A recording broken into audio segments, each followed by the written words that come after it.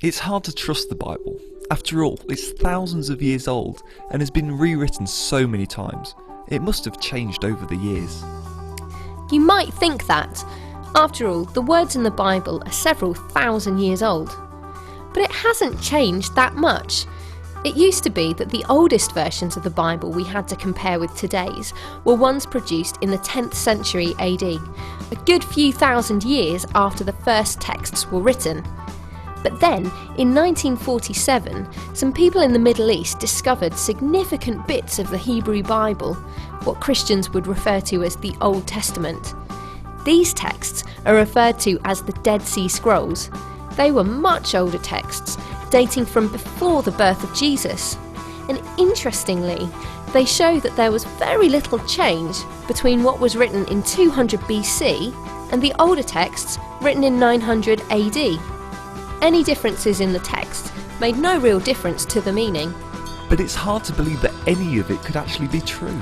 There are some unbelievable stories in there, like Moses parting the sea, the Immaculate Conception, and a man coming back to life. These things don't actually happen in real life. The Bible is just full of fairy stories.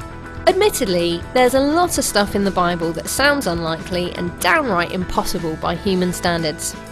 But then, you could argue that since it's a book about a supernatural, all-powerful God, that's irrelevant. But let's ignore that, and accept that there is some far-fetched sounding stuff there.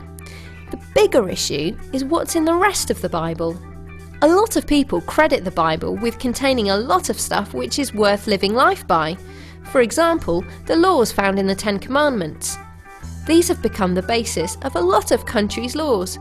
And this came from the same source as the story about the miracle that happened at the Red Sea, where Moses managed to part the waters and lead the people through. Were they mad? Were they lying? If they were, where does that leave us with the Ten Commandments? Surely they'd be nonsense too.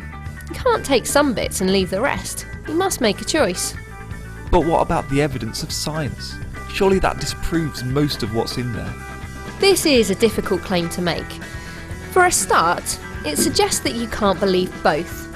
But there are loads of great scientists, past and present, who have a strong Christian faith and value the Bible. Secondly, saying that science has the last word suggests that science never gets it wrong. Science is wonderful, but it also changes as people make new inquiries, find new evidence, and create new theories. It's on a journey as much as faith is.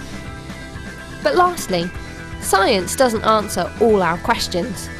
It's very good at answering questions like what and how, but it doesn't deal with questions of why, which are the questions that religion is more interested in. Any more questions?